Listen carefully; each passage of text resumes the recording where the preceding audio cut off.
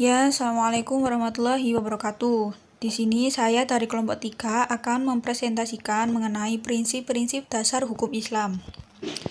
Di sini kelompok 3 ada 2 anggota, yaitu Nur Rahmatun dan juga Ismi Karimatul Maulida, saya sendiri. Nah, selanjutnya yaitu saya akan menjelaskan mengenai pengertian dari hukum Islam. Hukum itu sendiri mempunyai arti dari peraturan atau adat yang secara resmi dianggap mengikat, yang dikukuhkan oleh penguasa atau pemerintah, undang-undang, peraturan untuk mengatur pergaulan hidup masyarakat. Jadi untuk masyarakat pada umumnya itu mempunyai hukum sendiri. Lalu dalam Islam itu ada yang namanya hukum Islam. Nah, hukum Islam ini yaitu norma-norma yang bersumber dari nilai-nilai keislaman yang dibentuk dari dalil-dalil agama Islam yang mencakup antara syariah dan fikih. Nah, jadi hukum Islam itu punyai kalau misal ada masalah, ada sebuah masalah yang mungkin dengan berkembangnya zaman itu kan sudah berubah ya aktivitas masyarakat. Nah, di situ jadi para ulama itu memecahkan masalah itu bersumber dari dalil-dalil agama Islam. Apa dalil-dalil agama Islam itu? Ada Al-Quran sama hadis Rasulullah, hadis sahabat, hadis sama Al-Quran itu jadi bersumber dari dua itu tadi.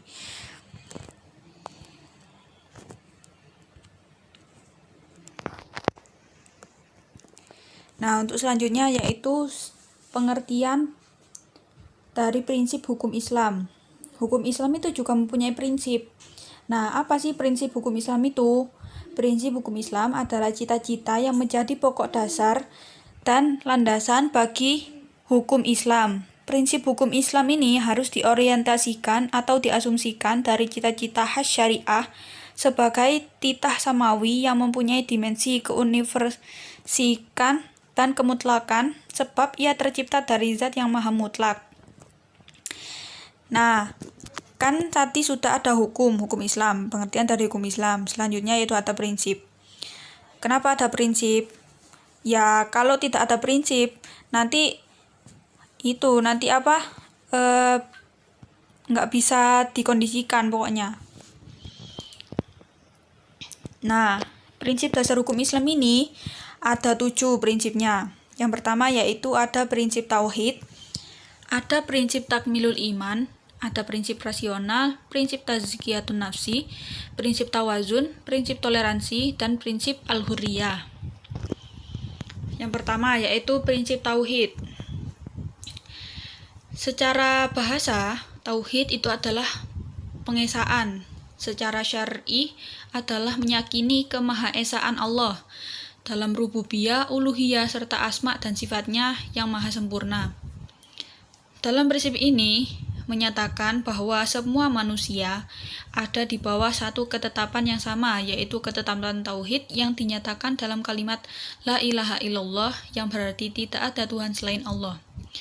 Prinsip ini ditarik dari firman Allah Quran Surat Ali Imran ayat 64. Berdasarkan atas prinsip tauhid ini, maka pelaksanaan hukum Islam merupakan ibadah.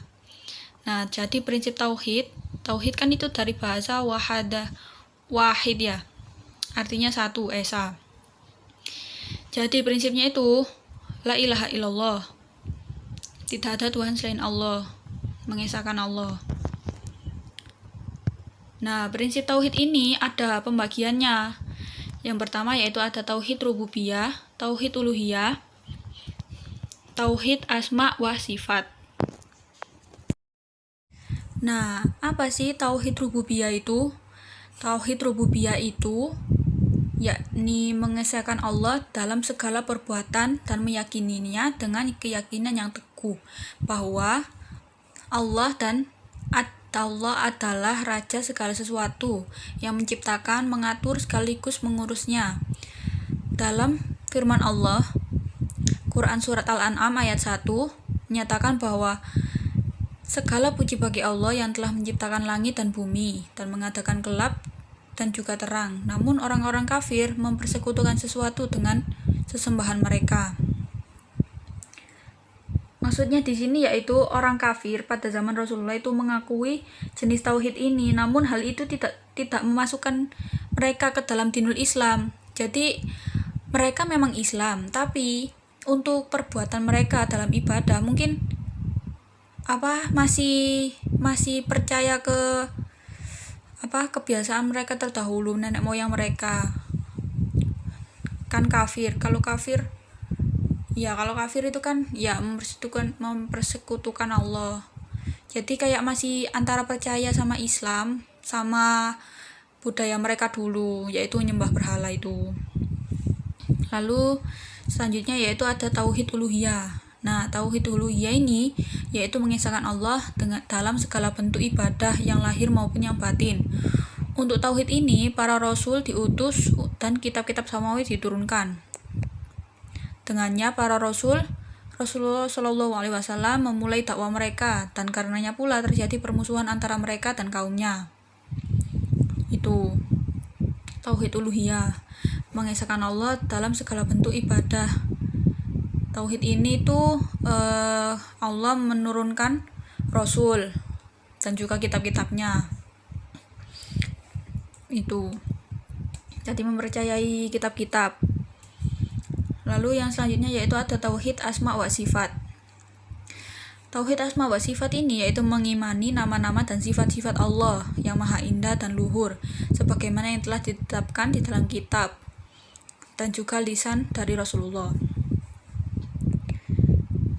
Dengan meyakininya ini sebagaimana disebutkan Allah dan Rasulnya, tanpa tahrif, takwil, takyif, dan tamsil.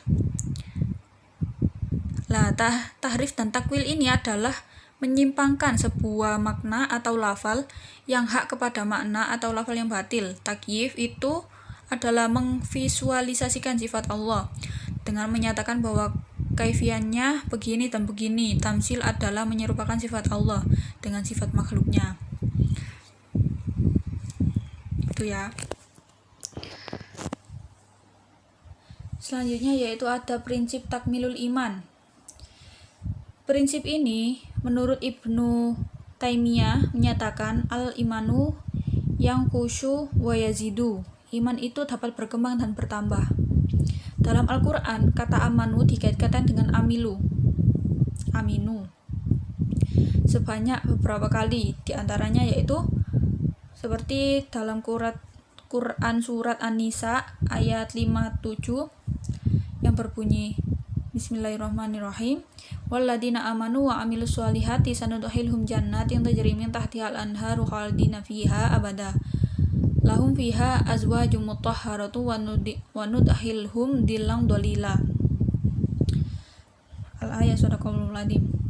Yang artinya, dan orang-orang yang beriman dan mengerjakan amalan-amalan yang soleh, kelak akan kami masukkan mereka ke dalam surga yang di dalamnya mengalir sungai-sungai, kekal mereka di dalamnya. Mereka di dalamnya mempunyai istri-istri yang suci. Kami memasukkan mereka ke dalam tempat yang teduh lagi nyaman. Meralat ya, tadi saya kan bilangnya dalam Al-Quran kata amanu dikaitkan dengan amilu. Nah, dalam Quran surat An-Nisa itu kan ada walladzina amanu wa amilus sholihati. Walladzina amanu wa amilu. Jadi barang siapa yang beriman itu mereka juga akan mengerjakan amalan-amalan yang soleh. Walladzina amanu wa amilu. Orang-orang yang beriman dan juga mengerjakan amalan-amalan itu imannya akan berkembang dan bertambah. Selanjutnya yaitu ada prinsip rasional. Nah, kata rasional ini berasal dari bahasa Inggris rasional yang berarti masuk akal atau berakal. Kata rasional ini selanjutnya dapat berarti pemikiran, pandangan, dan pendapat yang sejalan dengan pendapat akal. Sedangkan pengertian dari akal itu dapat berarti daya fikir yang ada dalam diri manusia, yang merupakan salah satu daya dari jiwa, serta mengandung arti berpikir. Memahami dan mengerti kata akal berasal dari bahasa Arab yaitu akala, yang berarti mengikat dan menahan. Hubungan fungsionalisasi akal dengan prinsip hukum Islam adalah dengan menggunakan akal, itu akan mampu mendiskriminasi perkembangan hukum Islam sesuai dengan tuntutan masa dan keadaan yang tercermin dalam berijtihad. Maksudnya mendiskriminasi itu tidak apa ya, bukan tidak berarti tidak berlaku adil, tapi kayak sesuai dengan zaman gitu loh. Kalau zaman sekarang kan tidak bisa disamakan dengan zaman dulu. Jadi di sini prinsip rasional itu menggunakan akal, memecahkan masalahnya itu dengan akal, tidak hanya bersumber dari Al-Quran dan hadis. Jadi rasional itu pemikiran manusia itu juga ikut gitu. Nah, pengertian dari akal ini lebih lanjut dapat dijumpai dalam pendapat para filosof Islam Al-Kindi yang mengatakan bahwa akal adalah daya berpikir yang terdapat di kepala. Dilihat dari segi fungsi dan sifatnya, Al-Kindi ini membagi akal ke dalam dua bagian, yaitu akal praktis dan akal teoristis. Rasional ini adalah sesuatu yang masuk akal. Rasional juga dapat berarti potensi rohania, yang mana manusia dapat membedakan mana yang salah dan mana yang benar. Islam rasional adalah Islam yang dapat menjelaskan ajarannya tidak hanya mengandalkan pendapat wahyu, tapi juga mengikut sertakan akal pikiran. Islam rasional juga berarti Islam yang menghargai pendapat, akal pikiran, dan menggunakannya untuk memperkuat dalil-dalil ajaran agama.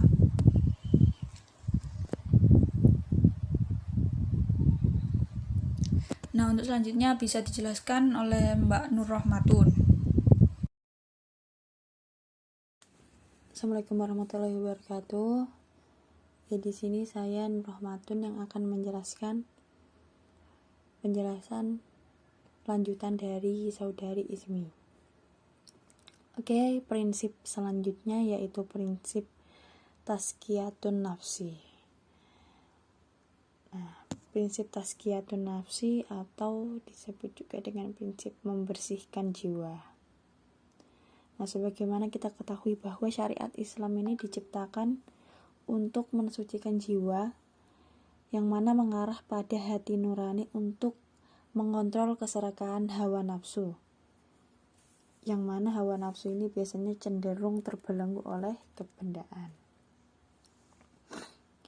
Nah, tugas Rasulullah, para mufassirin menerangkan bahwa tugas Rasulullah kepada umatnya itu ada 3. Yang pertama, menyampaikan ayat-ayat Allah, kemudian membersihkan atau mensucikan jiwa manusia, dan mengajarkan kitab dan sunnah kepada manusia. Sebelum kedatangan Rasulullah, yang mana waktu itu pada zaman jahiliyah kan, dimana pada saat itu keadaan manusia itu berada dalam kesesatan, berada dalam kemusyrikan, kemudian kemerosotan akhlak. Dan pada waktu itu juga mereka ini berada di puncak kejahiliahan. Lalu datanglah Rasulullah dengan membawa Islam yang mana telah sempurna dan mendapat ridha Allah. Nah, tugas para rasul yang paling utama itu adalah membersihkan keyakinan atau akidah dari segala bentuk kesyirikan, mengembalikan manusia dari penyembahan kepada selain Allah. Sudah kita ketahui ya bahwa pada zaman jahiliyah dulu kan akhlak itu sangat merosot, kemudian keyakinan dan akidah pada waktu itu juga berada dalam kesesatan. Maka ketika datangnya Rasulullah, itu Rasulullah menyampaikan ayat-ayat Allah, kemudian membersihkan dan mensucikan jiwa manusia. Nah, Syekhul Islam Ibnu Taimiyah rahimahullah menyatakan bahwa ibadah adalah mentaati Allah dan dengan mencontoh apa-apa yang diperintahkan atau berupa perbuatan yang dicintai dan diridai oleh Allah, yang zahir maupun batin. Nah, para ulama juga menegaskan bahwa ikhlas adalah membersihkan tujuan taqarrub kepada Allah dari semua kotoran atau syirik. Jadi membersihkan jiwa itu juga dengan membersihkan penyakit hati yang ada dalam diri manusia. di mana penyakit hati ini jika ada dalam diri seseorang, maka orang tersebut tidak dapat membedakan yang mana yang hak dan yang mana yang batil. Contohnya saja, jika seseorang ini sudah memiliki penyakit hati, maka itu sudah terjadi kerusakan yang menimpanya, kerusakan pemikirannya dan kehendak-kehendaknya. Jadi orang yang sudah memiliki penyakit hati itu biasanya biarpun dinasehati juga nggak akan masuk karena kalah dengan penyakit hatinya tadi.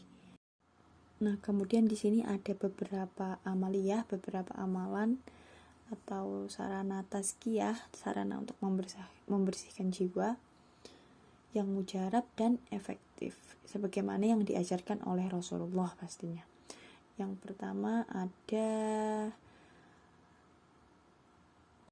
pembersihan akidah dan penyempurnaan tauhid. Nah, akidah dan tauhid ini merupakan pondasi kehidupan seorang mukmin dan ia juga adalah penentu utama ketentraman dan kedamaian jiwa seseorang. Oleh karena itu, kita harus membersihkan akidah dan juga menyempurnakan tauhid. Kemudian yang kedua ada di atas ada sholat. Nah, sholat yang khusyuk itu bukan hanya menyucikan jiwa, bahkan ketika sholat itu khusyuk, itu akan membahagiakan dan mengantarkan menuju keberhasilan. Sebagaimana surah Al-Mu'minun ayat 1-2 yang artinya sungguh beruntung orang-orang yang mukmin, orang-orang yang khusyuk dalam sholatnya. Bismillahirrahmanirrahim. Qad aflahal mu'minun alladzina hum an sholatihim sahun. Jadi sholat ini sangat penting dan sangat mujarab untuk sarana membersihkan jiwa. Karena di samping menyucikan jiwa, sholat ini juga dapat membahagiakan dan mengantarkan menuju keberhasilan. Nah, di samping sholat, poin yang ketiga juga ada doa dan zikir. Doa dan zikir ini dikenal juga merupakan terapi yang sangat efektif dalam mengobati dan menenteramkan jiwa orang yang mau berzikir dan enggan berdoa, menandakan pada jiwa ada penyakit-penyakit kesombongan. Jadi berzikir kepada Allah ini merupakan cara yang sangat efektif untuk mengobati dan menenteramkan jiwa orang-orang yang tidak mau berzikir dan tidak mau berdoa. Dan zikrullah yang paling utama adalah tilawah. Karena apa? Karena Allah itu memang menurunkan Al-Quran, itu fungsinya adalah sebagai asyifa. Itu tidak asing lagi di telinga kita ya, asyifa yang artinya penawar, obat dan rahmat bagi orang-orang mukmin. Jadi Al-Quran itu juga rahmat bagi orang-orang mukmin. Dan poin yang terakhir yaitu infak, sedekah dan zakat atau zakat. Nah, infak, sedekah dan zakat ini juga sebuah amalan yang sangat berperan untuk sarana membersihkan jiwa.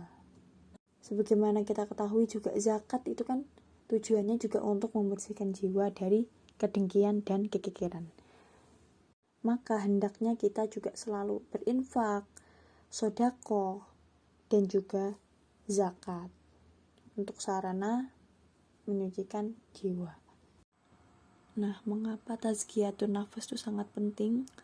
Karena pada dasarnya kebahagiaan dan kedamaian seseorang itu bergantung pada kebersihan jiwanya. Karena kecenderungan fitrawi manusia itu tersembunyi di dalam diri dan jiwanya, yaitu berupa sebuah potensi. Yang mana jika kita berusaha untuk membersihkan jiwa kita dari berbagai noda, berbagai dosa, nah itu nanti akan tersingkap dan akan selalu aktif dan menjadi sumber terpancarnya sebuah kebajikan dalam diri kita. Prinsip selanjutnya yaitu prinsip tawazun. Tawazun artinya keseimbangan. Sebagaimana Allah telah menjadikan alam beserta isinya berada dalam sebuah keseimbangan. Manusia dan agama Islam kedua-duanya memiliki potensi, yaitu jasmani, akal, dan rohani.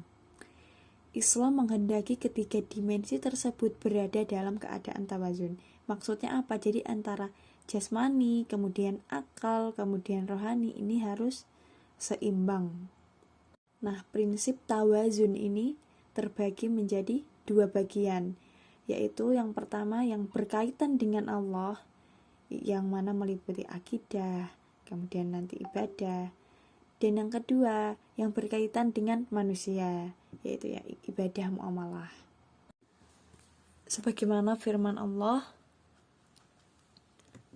dalam surah Al-Qasas ayat 77 yang berbunyi A'udzubillahi minasyaitonirrajim. Bismillahirrahmanirrahim. Wabtaghi fima atakallahu ad-daral akhirah wa la tansa nasibaka minad dunya wa ahsin kama ahsanallahu ilaik wa la tabghil fasada fil ard innallaha la yuhibbul mufsidin. Shadaqallahul azim. Yang artinya, dan carilah apa yang telah dianugerahkan Allah kepadamu, kebahagiaan negeri akhirat, dan janganlah kamu melupakan kebahagiaanmu dari kenikmatan duniawi, dan berbuat baiklah kepada orang lain sebagaimana Allah telah berbuat baik kepadamu, dan janganlah kamu berbuat kerusakan di muka bumi. Sesungguhnya Allah tidak menyukai orang-orang yang berbuat kerusakan. Nah, jadi kita kembali lagi tadi dengan prinsip keseimbangan. Nah, dengan keseimbangan manusia itu dapat meraih kebahagiaan yang sebenar-benarnya, yang merupakan nikmat Allah. Nah, dengan adanya ketawazunan ini akan menempatkan umat Islam sebagai untuk menjadi umat pertengahan. Jadi tidak condong ke dunia, tidak condong ke akhirat, tapi harus seimbang antara dunia dan akhirat. Terus kebahagiaan apa yang akan didapat? Nah, itu nanti akan mendapat kebahagiaan batin atau jiwa.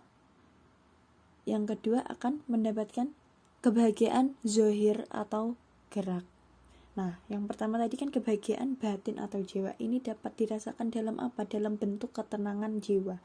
Kalau kita merasakan hati yang tenang, itu merupakan suatu kebahagiaan batin. Yang kedua tadi kebahagiaan zohir atau gerak. Nah, ini terrealisasikan dalam bentuk kestabilan, terus ketenangan kita dalam beribadah, bekerja, dan juga aktivitas lainnya. Nah, slide selanjutnya. Kemudian contoh-contoh manusia yang tidak tawazun. Yang pertama ada manusia ateis, di mana mereka ini tidak mengakui Allah, hanya bersandar pada akal, atau mereka ini menjadikan rasio sebagai dasarnya. Nah, ini adalah orang-orang yang tidak tawazun. Yang kedua ada manusia materialis. Nah, manusia materialis ini yang mana mementingkan masalah jasmani atau materi saja. Yang ketiga ada manusia panteis atau kebatinan. Manusia panteis ini bersandar pada hati atau batinnya saja. Selanjutnya ada prinsip toleransi. Toleransi diisyaratkan tentang kebebasan dalam memilih agama bagi seseorang, serta menjamin kebebasan beribadah bagi pemeluknya. Islam hadir dengan konsep toleransi antar agama yang bertujuan untuk melestarikan kerukunan dan kedamaian dunia. Jadi Islami adalah agama yang toleran, yang memberi kebebasan dalam memilih agama bagi seseorang. Ini ada Gus Laulebon dan Robertson bahkan menyatakan hanya kaum musliminlah yang memadukan kefanatikan agama lain, meskipun mereka menghunus pedang untuk menyiarkan dan mengembangkan agamanya sendiri. Jadi ini menandakan bahwa Islam itu adalah agama yang memang toleran dari zaman dahulu. Nah, itu sangat penting bagi kita untuk juga merealisasikan prinsip toleransi ini dalam kehidupan sehari-hari. Toleran kepada sesama dan tidak memaksakan kehendak kepada orang lain. Nah, prinsip selanjutnya adalah prinsip al-hurriyah atau prinsip kemerdekaan. Prinsip kemerdekaan merupakan kebebasan seseorang untuk menunaikan kewajiban dan menuntut hak sebagai keyakinan dan tata aturan. Jadi dari bahasanya aja kemerdekaan berarti kan seorang manusia ini bebas untuk menunaikan kewajibannya dan menuntut hak sebagai keyakinan. Ini ada pepatah mengatakan hurriyatuka muqayyadatun bil hurriyatil akhar. Artinya, kemerdekaanmu terbatasi oleh kemerdekaan yang lain. Nah, ini juga kalau diterjemahkan ke bahasa Inggrisnya, your freedom is limited by other freedoms. Di sini Ahmad Zaki Yunani menyatakan 7 pokok kebebasan manusia, yaitu yang pertama, kebebasan pribadi. Maksudnya kebebasan pribadi ini yaitu segala yang berhubungan dengan pemenuhan kebutuhan diri, kebutuhan pribadi sebagai seorang diri. Yang kedua, ada kebebasan hak milik, yaitu kebebasan hak milik adalah kebebasan yang berhubungan dengan harta miliknya. Yang ketiga, kebebasan bertempat tinggal. Yang keempat, kebebasan berprofesi dan berkreasi sesuai dengan kemampuan. Yang kelima, kebebasan berpendapat yang ditopang oleh logika yang benar. Dan keenam, kebebasan berakidah yang berhubungan dengan toleransi antar beragama. Jadi kita bebas untuk berakidah. Dan yang ketujuh itu ada kebebasan belajar. Itu sebagaimana sabda Nabi, utlubil ilma walau bisin. Carilah ilmu sampai ke negeri Cina. Jadi itu tadi ada beberapa pokok kebebasan manusia, kebebasan pribadi, kebebasan hak milik, kebebasan bertempat tinggal, berprofesi. Saya kira itu sudah jelas ya kalau kebebasan seperti itu. Terima kasih, itu tadi presentasi dari kelompok kami. Jika ada salah kata, kami memohon maaf yang sebesar-besarnya. Wassalamualaikum warahmatullahi wabarakatuh.